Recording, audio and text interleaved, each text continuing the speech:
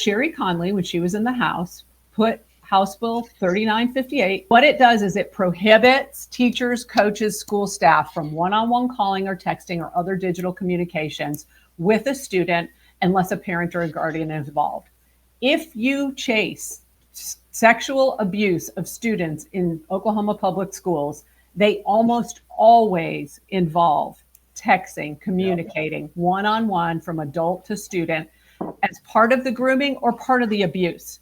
So when that went into effect just last fall, in fall of 2024, every single teacher, staff member in Oklahoma schools by law had to be trained about what you couldn't do anymore. You can't be texting with kids. Now, if you're a coach and you want to do a group text to all of the players and all of the parents together to make sure nobody misses the bus or we've changed time for practice, you can do that. They're not prohibited from doing that. You just have to include a parent.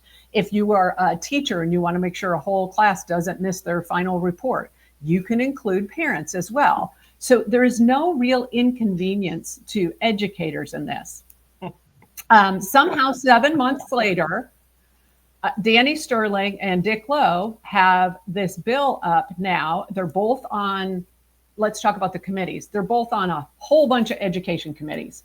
And our legislature's education committees are full of education establishment people, ex-school administrators, ex-teachers.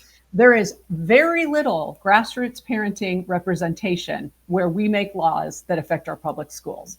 So these two gentlemen have proposed House Bill 1937, and it allows for an opt-out for parents to again allow coaches and teachers to privately communicate with their children. And while that sounds like it might be giving more control back to the parent, that no one has stopped to think about this, or at least say it publicly. If your kid is now on the high school basketball team for the first time, your daughter is on the high school basketball team, and Coach Joe says in the parent meeting, okay, I need to be able to communicate with these girls. We're going to make it to state. We're going to do this thing. You need to sign this opt-out, parent. Every one of those parents is going to sign that opt-out because they are going to be thinking it's required of the team. It may affect their ability to get playing time. There are all kinds of pressures on parents. If it's the ag teacher saying, yes, your kid has an animal in the barn, I have to be able to text with them privately because we need to talk about that animal, right? Yeah, that was the lamest excuse, Mary, in my opinion, of that whole deal is that whole animal, there's an animal emergency. We may need to contact you. I mean, give me a break. Right. And so the one Moms for Liberty chapter asked for clarification about this. And Danny Sterling basically said, ag teachers conversing with students about issues with the student's animal that might need immediate attention. That's fine. Communicate with the kid and the mother, or the kid and the father, or the kid and the guardian, right? So he's saying that the bill is creating undue hardships on many in education. And he said it's a burden for the overwhelming number of educators who are truly dedicated to serving their students.